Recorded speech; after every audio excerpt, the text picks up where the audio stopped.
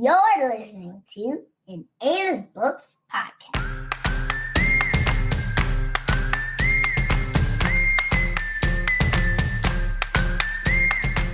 Welcome to Parenting and Bonding with Children's Books.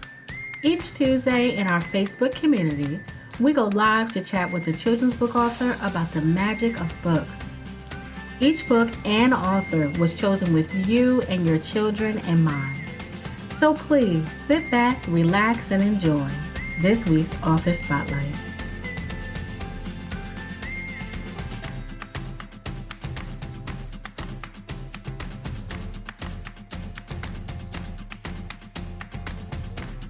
Hey everyone, and welcome to the Parenting and Bonding with Children's Books podcast. This is the 7th episode of our live video podcast, and I'm really excited about that. I think I say that every single time.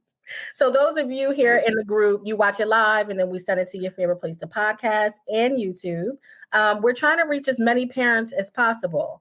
That's our goal here. Our message is simple. Books are magical. They transform homes, and they can help strengthen the bonds with our kids. Here on this podcast, we're joined by the authors that make the magic happen behind the books. And we're trying to find out the true intention behind the books. So this evening today, we're joined by author JQ Sirls. Welcome. Hey, happy to be here. How are you doing? Doing well. I'm doing well. So you know what? When I scheduled this, I did not even realize, because when we talked at first, we were very much aligned with what our mission is here in the book world and beyond. And I didn't even realize that it was going to be Black History Month. I know. Right. I was like, the timing. So I was like, wow, we're going to be walking into Black History Month with this conversation, and it's so important. So JQ Sirls is here, and let me just give you guys just a bit of information about him. He's a creative leader working in product development, software development, publishing, animation, bookmarking, just everything, y'all. He's a creative leader, painting, illustration, animation. And we're here today to talk about, number one, his book, The Moon is Following Me, and also his tech startup, Pocket Tail. And we'll talk about the mission behind those. So if I cover too much, just tell us a little bit about yourself. Let's see. You covered the basic. I am a happy husband and father to an awesome 2-year-old named Da Vinci. Really, you covered everything. I just wanted to make sure I did that shout out to them. And and I'm from Kansas City, Missouri. Shout out to KC in the town. I'm in Los Angeles. That's where I live now. But KC stand up because Chiefs. We can't do that here. This is a spotlight on you, but you just went a little bit too far. So let's back that up. So The Moon is Following Me. This is your latest book. It's a magical book. Tell us a bit about The Moon is Following Me. The Moon is Following Me. I'm going to talk about The Moon is Following Me in kind of two different realms because it has two different purposes. The main one is it's about a little boy who's coming up with conspiracy theories on why he thinks the moon is following him every night. So he's bugging the rest of his family, and he comes up with these wild thoughts. And he's coming to him going, hey, I think this. And they all laugh him off, only to find out by the end of the book that he's right about all of it. And so it kind of goes into that, don't listen to a kid because they're a child. And to really kind of, a chin check an adult when it says like a child may say something ridiculous, but give them a chance because they might be onto something. And then the second one is it's a story about a Black family. It's a Black little boy, his brother, his Black mother, his Black father, and they're just doing things that families like mine did. It's kind of escaping this notion that every story that features a person of color has to be about some oppressive narrative. Like, oh, look at my skin, or look at my hair, or look how I'm this. I'm like, no, they just, they live in a suburban house, drive a Corolla, they're just like the rest of us. Yeah. And while those books serve a purpose, I think we're pretty on the same page with the importance of just regular storylines that show us, just being us, and allows our children. I know I want my son to be able to read a book and his imagination and creativity to grow. And that's why, storylines like yours are so important to the first point you said, about chin checking adults and Mm-hmm. letting them know that, kids are meant to be listened to. I think you chin check adults quite a bit with your Yeah. mission behind the books and why you write the way you do. Yes. So my driving purpose, I'm gonna be looking up and down because I'm seeing you, so I'm trying to look in the camera at the same time. Okay. But my driving purpose is to uh, become a bridge between adults and children.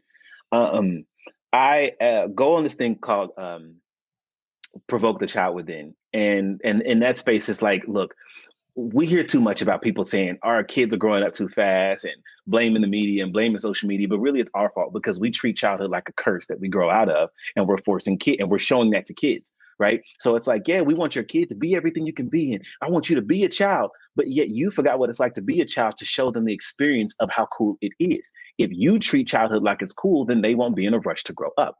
So what I try to do in my work is create just a bit of nostalgia inside of an adult that makes them fall in love with my work in a way that lets them remember what it's like to be a kid. Like, for example, I don't think of too many people who didn't think the moon was following them when they were kids, who looked outside and were driving to a place and going, the moon is behind me. It's a universal theme that doesn't have a 2020 or 2021 theme. It's kind of, the moon's been around. And so even with this book, I illustrated it specifically to look like a 1920s comic book, just because for all those people, the parents now or grandparents then, they might look at it and have that nostalgia. They may not realize it, but there's that bit of like, I had a comic book that looked like this.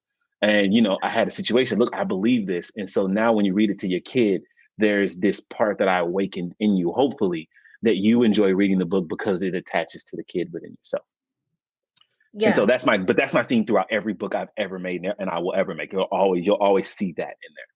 Yeah, I read a couple articles that you did, of course, before we spoke, and I saw that, I was looking at Willy Wonka.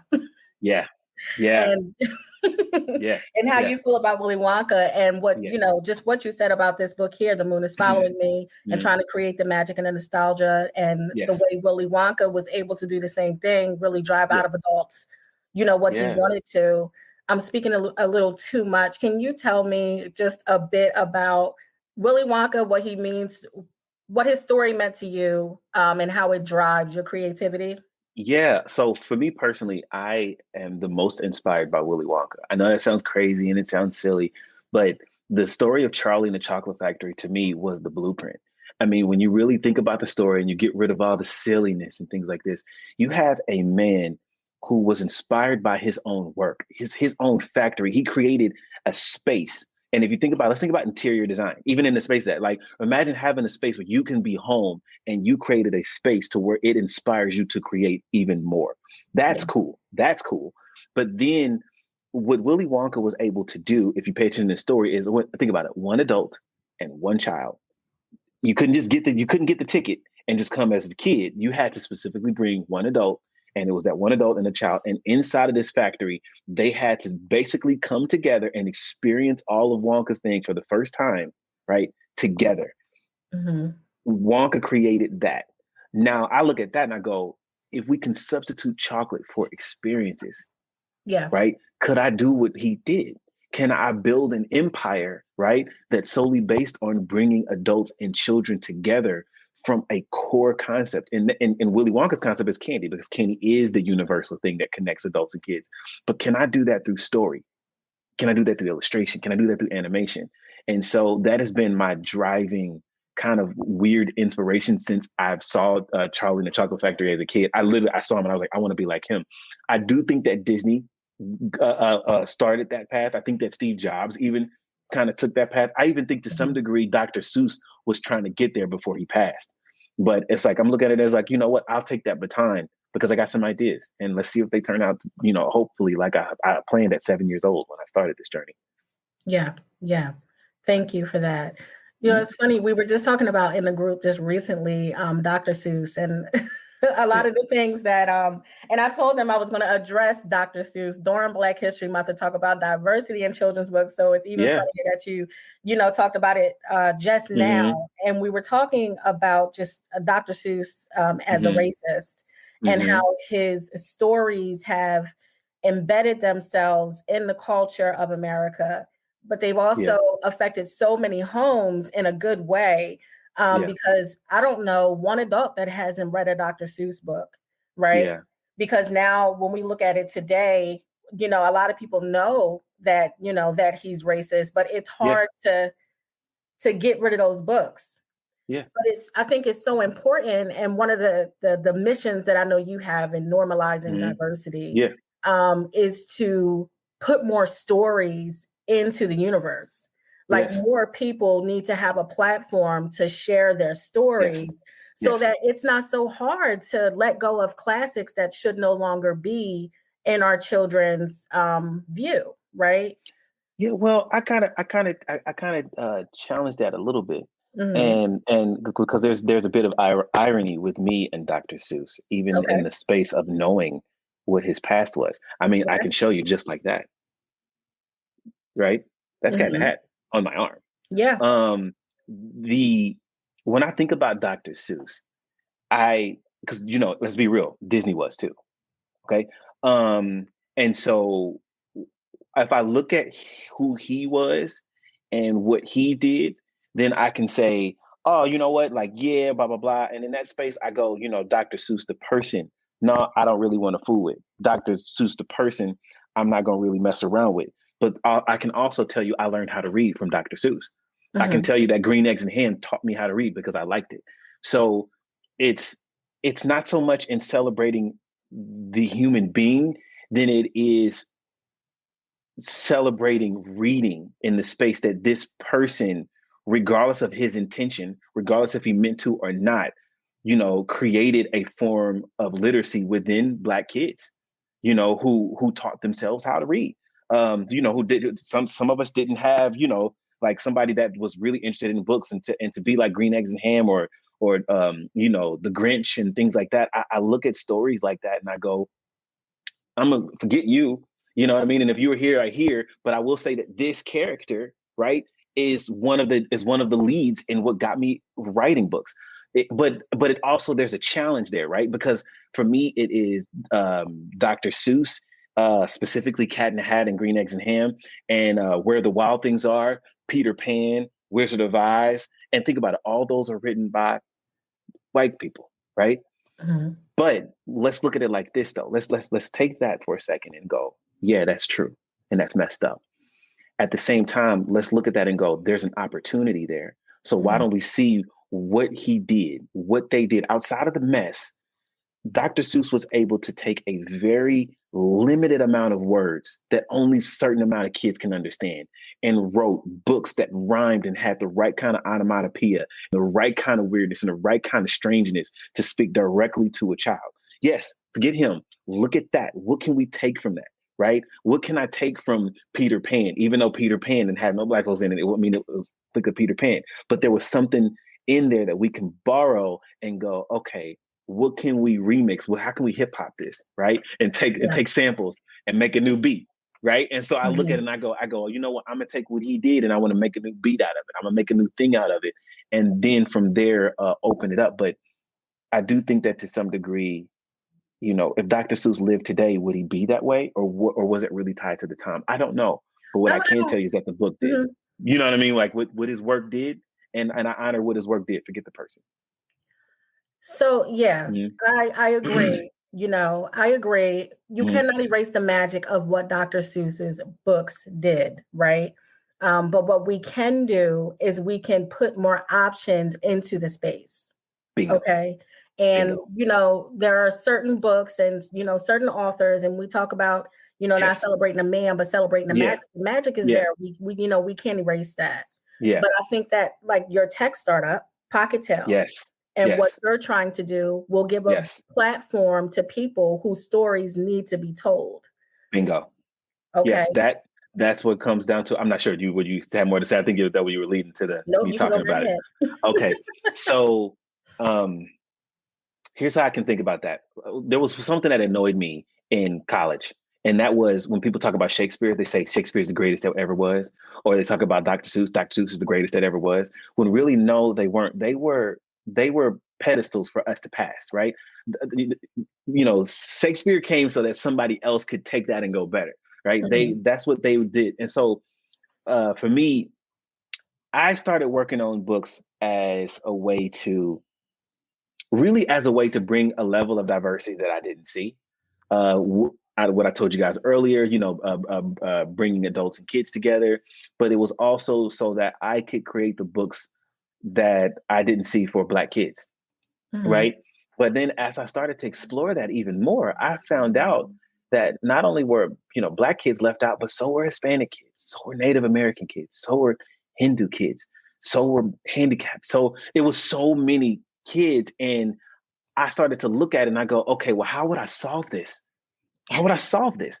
And it wouldn't be to become a publishing company, because publishing companies, if you really pay attention to a publishing company, the traditional ones, and I know they're going to be mad at me about this, but I don't care, because they need to die. And that is the way that they exploit people, and then also the way that they leave diversity out. They exploit diversity and then they leave diversity out. I can tell you like this. The average book published by a traditional publisher, you're lucky to get 5 cents on the dollar of the books that you sell, right? There's already that. But then I will say this, my first book, The Moon and the No Monster No, when I first sent it out to publishers, do you know what they told me? They told me that they didn't think that my book captured the Black experience enough, right? Because I wasn't talking about certain oppressive things. No Monster No is about a little girl who takes the monster under her bed to school and teaches him manners. And they didn't think that it needed to be about race, needed to be about hair, when it was just about a monster under the bed. And so I was like, I don't want to create a publishing company, because I think that no matter what, you're going to become the enemy, because the business model of publishing is built to cater to what you like, because you only have so much of a budget. And so if I only have 50 grand this year, I can only publish so many books so that I can give them the best chance, right? So no matter what, over a number of years, I'm going to end up being just as non-diverse, because I'm publishing only what I know, right? It's just how it's built. So that's when I was like, okay, I'm going to create software so that people can create their own publishing companies. Everything that I learned. So what I started to do was, I realized in order for me to do this, I think I'm on my 5th book. I'm on my 6th book right now. But I did all of that not to become a best-selling author. I did it because I wanted to know how hard it was to self-publish, and then try to find a way to box it all in a way that all of you who ever dreamed of making a story can make that story for $0 or $16.99 a month, but not $10,000. The average book right now, if you self-publish it, to do it right, is probably going to be about 30 grand. I want that to be 0, or at bare minimum $100 a year. Right. And so that way now, because if you think about it, in order to address diversity, you have to address classism. Right. You know what I mean? And then with classism, you have to address finance. You know what I mean? That the finance. And so I look at it and I go, okay, I want to show these people how to make a book so that they can make the best book they've ever made to reach the audience that they need to reach. And I'm thinking about parts of Pocket that I can't talk about yet, because I was going to spill the beans on that. But I am trying to work on eliminating a certain point of search. So like right now, if you go to Amazon, in order to find a book that matches your child, you almost have to go to page 865, and good luck finding the book there. And so what we're working on now is a way to eliminate search, so that way you can say, hey, for example, my son, he's 2, his name is Da Vinci. He likes cars, and he doesn't like peas and broccoli. And so I can put that in Pocketel, and only books that represent my son will come to my son. Right. So now I don't have to worry so much about searching. The books will find me. And so we're working on that. But in order to do that, we are first making it easy for all of you to make a book in less than 20 minutes. And that's the goal. That's beautiful. I love what you said about bringing the books to you. So this is what I do, like in the group. And, people come to me to find books. They tell me about their child and their characteristics, and I give them a list of books that I think that their child, would like. But that's not scalable, right? No. So what you're doing is amazing. And when that happens, let me know, because I'll be the first one. Yeah. Well, I mean, but that's also the point too, right? Is because a lot of these apps, if you pay attention, even Amazon, that has a lot of self-published, they still put a lot of focus on the people who traditionally publish. But the problem is that the numbers in traditionally published, I forget what the numbers, I think you might have put it at the bottom. it was less than 50% of books Up to the are back. less than 50% of books are diverse, but less than 50% of that number are actually created by diverse authors. So Yeah. in these traditional houses, you're seeing these books come out that feature Black kids, but they're not even written by Black kids. You're seeing books about Asian kids that aren't even written by Asian writers, right? So what I'm saying is in Pocket Tale, it is focused on self-publishing. Yes, traditional pub people may be there, but it's like, hey, I'm looking for this book and I want you, right? Like you're like, hey, I'm trying to find this book for my kid. Cool.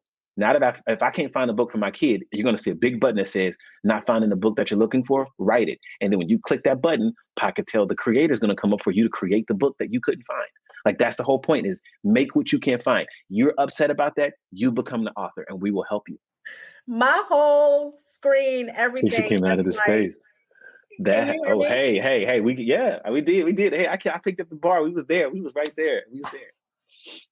Thank you so much. No, Mhm. you're excellent. I know you did. You carried it without me being here. So I thought I lost everything for good. Computer was going to shut down.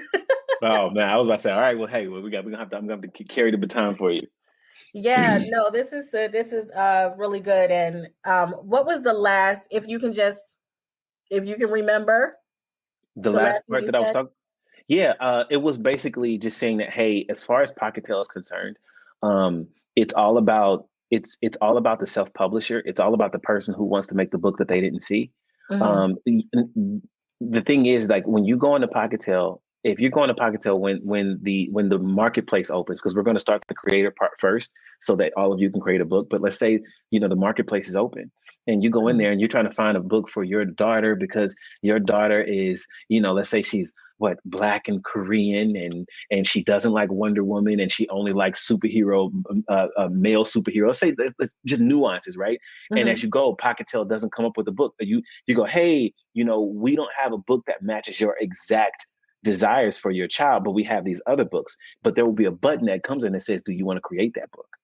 Right. And so in this space now it is, hey, I'm not seeing the diversity I want. So the thing is as we always been saying, especially in the Black community, is just like, hey, if you're gonna complain, then here's a solution. So we're gonna say, hey, that book doesn't exist. This book for that specific child is not here. Do you want to create it? And when you click that button, the Pocket Tail creator is gonna come up for you to make the book that wasn't there. So that next time a parent asks, your book is gonna show up to give you some money, but also to create that diversity.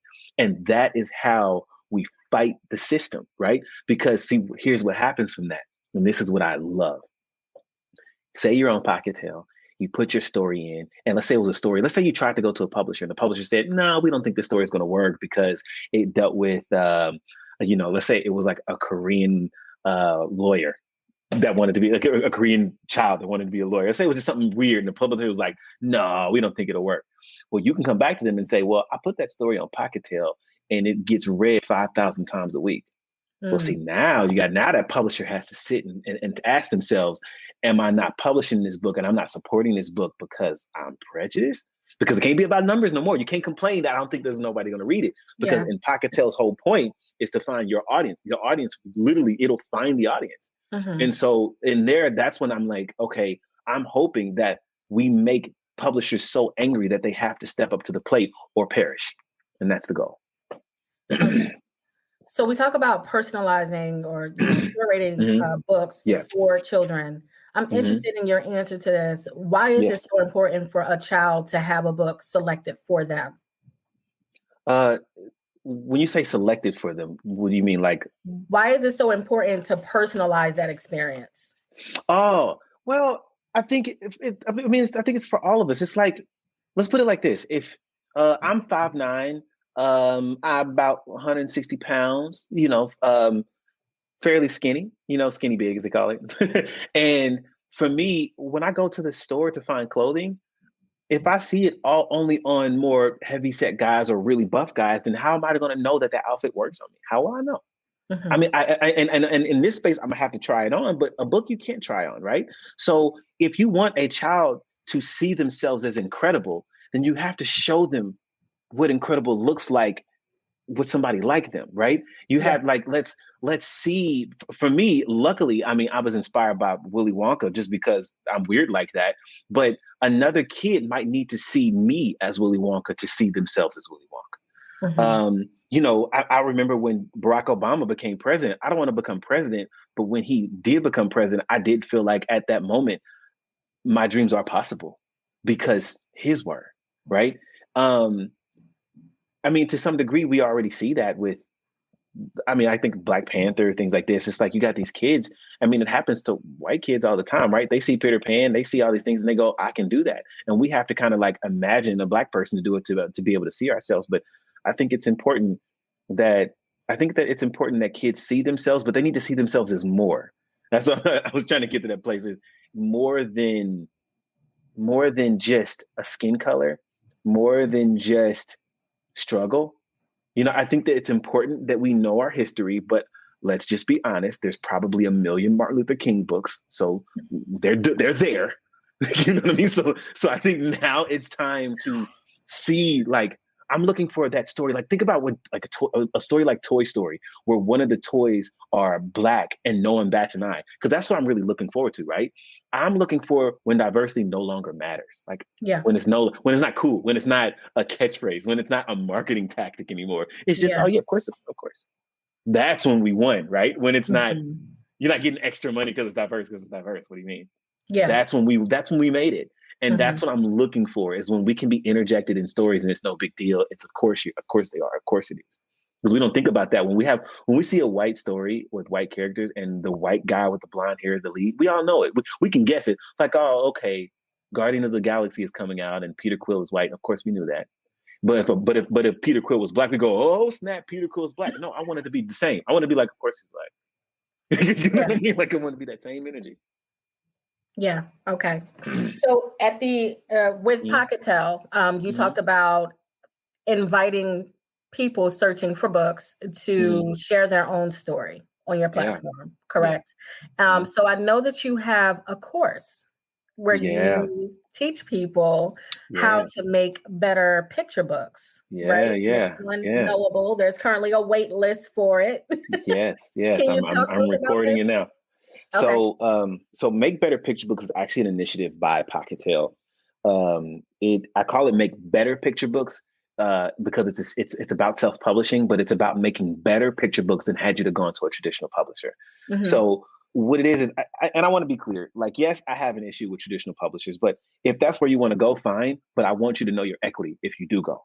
So what I think is like, by teaching this course called Make Better Picture Books, I'm going to show you all of the things that come across in making an award-winning, I'm talking about the stuff that Publishers Weekly goes crazy for, hardback cover, illustrations, the right texture, the right paper, the right story, how to come up with a story that makes even you laugh, and how to come up with and makes a child laugh. I'm going to show you how to do all of that yourself, how to find an editor, how to find a proofreader, how to understand design, how to understand layout, how to deal with manufacturers, how to deal with distribution. I'm going to show you how to do all of that, right?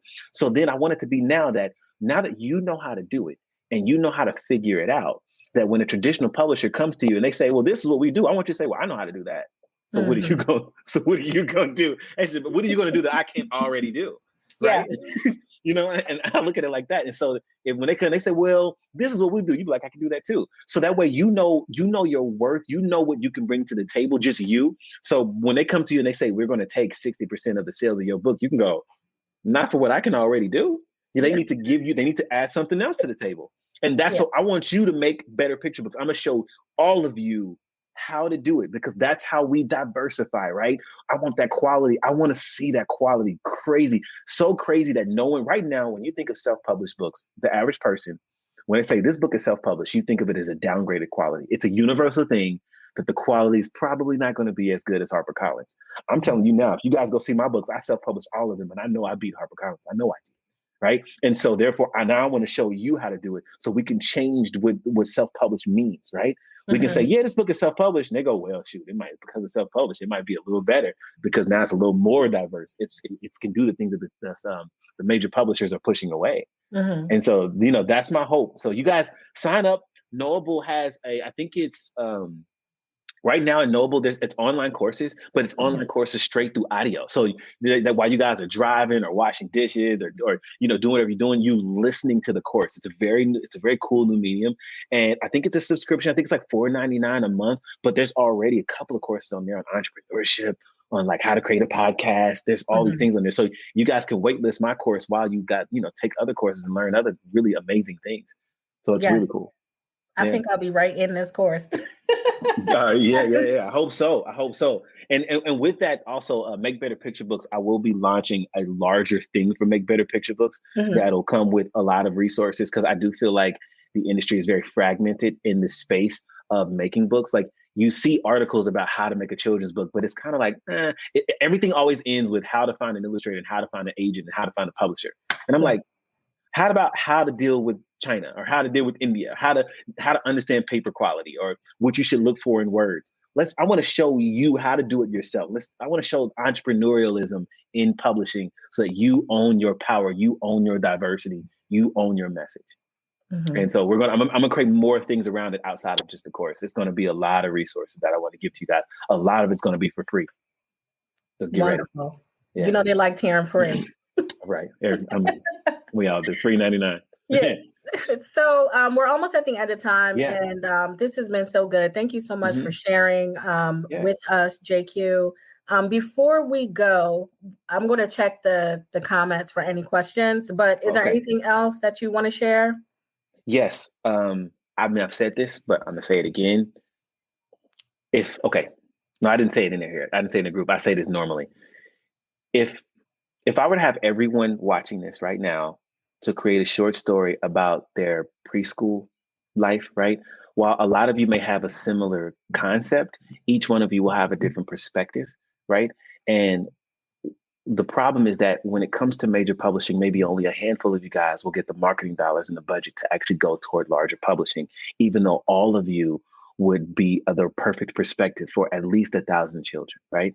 So what I want you guys to know is, if you have a story, that story deserves to come out. It needs to come out. Don't be selfish. Don't hold that story in. Get out of your fear, right? Because there's somebody that cares about that. There's some child that needed to see it. There's some parent that needed to see it. So I want you guys to know that you are capable. You are capable. You can do it. I know it feels weird, and is your story good enough? It's good enough. Some kid, have you been to kids' YouTube? It's some of the worst videos I've ever seen that got millions of views. The worst things I've ever seen, and millions of views. So that means that there's an audience for everything. You just need to start. And starting doesn't have to be a grand gesture. It could just be just a little bit. But going forward and falling forward is still forward. You got this. And if you don't think you got it and you need a little bit of help, that's why I'm here, right? That's why, you know what I mean? This podcast exists. It's to give you that oomph. You got this. You can do it. You can do it. And we're not just talking to the authors in the group either. The majority of the people in our group are parents, and you have stories that, your kids want to hear. My mother talks about all the time, writing for her grandchildren. Your stories, your family stories, need to be shared. And everybody got a story about their kid. I'm thinking about, I've been writing children's books, but I can tell you some funny stories about my son today that I think will have everybody crying, in a way that wants them to just read it over again. You'd be surprised how capable you are and how much it's necessary that your perspective be seen, because that's really diversity, right? It's not so much about a race and class, and it is about interest and perspective, and your perspective needs to be seen. So let it be seen. Yeah. Thank you. If you guys want to see more from JQ, I put his website information here. He's on IG, Twitter, and Facebook under JQ Sirls. You can check out the course on Knowable that's on the screen now. It's called Make Better Picture Books. You can sign up for the wait list. And before we go, I will just tell you that you can listen to JQ. How often does your podcast come on? We don't know yet. The first one. So I started a podcast, you guys. It's called The Audacity to Fail. And in that space of audacity, it's like we all kind of get nervous to start something, but every dream comes with a storm, right? Every single dream comes with a storm. So it's not so much as do you have the courage to start, but do you have the courage to fail? Because you're going to fail. Failure is normal. You're going to fail. So accept the failure. The first episode was yesterday, February 1st. And right now I'm just worried. I'm just trying to get content out. So I don't know what the comment schedule is. We're still trying to figure it out. Right now, it's just getting it out there and inspiring people. And then maybe around like episode 10, I don't know what the schedule is, but but right now, I just want it to sound amazing. I want it to feel amazing, and if that might be every 2 weeks or so, right now it might be, but we'll know. But definitely go in there because it will be pretty regular. I just don't know if it'll be every Thursday, every Friday, other Monday. I don't know yet. Well, regardless, if you guys go on there and you subscribe, you'll be notified when more content from JQ is coming out. I'll just go over real quick to the comments. People are just saying hello. Somebody said that's a word of encouragement that she needed, I guess, maybe to write a book. Is that what you're saying? She said, thank you, young sir. Thank you so much for that. Sure. And your other books, all your books are on Amazon. I'll put links in the group, and also, when we put it on YouTube and streaming platforms. I know, JQ, correct me if I'm wrong, you have It All Started When? Yes. Right? The Moon is Following Me, No Monster No, and the Book of Imaginary Friends. Now, you said you had two more? Yes. So there's another book that I illustrated. It's called Hair. Yeah, and we know about that Hair. one. Oh, really? Okay. Well, you guys know about Hair. So really, okay. So you guys, you know about the book Hair. Hair is how I found you. Oh, okay. Yeah. So Hair is there. And then I'm working on a book now called Big Blue. And it's about the world's first 90-foot tall dream who's having a hard time finding a child who believes he exists. So it's kind of turning it around by, instead of saying like, we're looking for our dream, it's that dreams are looking for us. And this dream, because he's so big, everyone's afraid to see that he exists, except for one little boy in the end.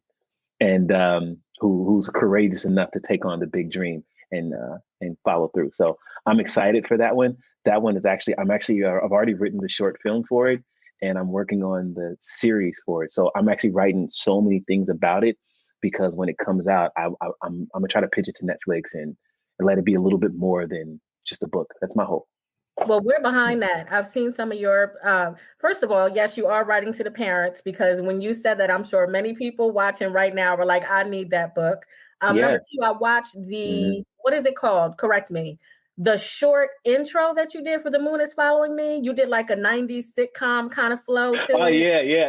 That was so good. You guys have to go on his Instagram, JQ Sirls, and check that out. It was so, like, I was watching it like, oh, this is nostalgic. It was so good. I actually did it I actually tried to copy Family Matters, the intro to Family Matters. And so I wanted to have that. Yeah. So it was to have that kind of nostalgic feel. That one is the Read to Me book, actually. So some of you that may just want to be able to have the book that you can play to your kids and have it play. I believe if you look up The Moon is Following Me in Vimeo, or like Google it, you'll see it there, and you guys can kind of get it. It's like $2.99. So, get it, download it, and then play it back to back. It's really funny. Yeah. I voiced it myself. It is very funny.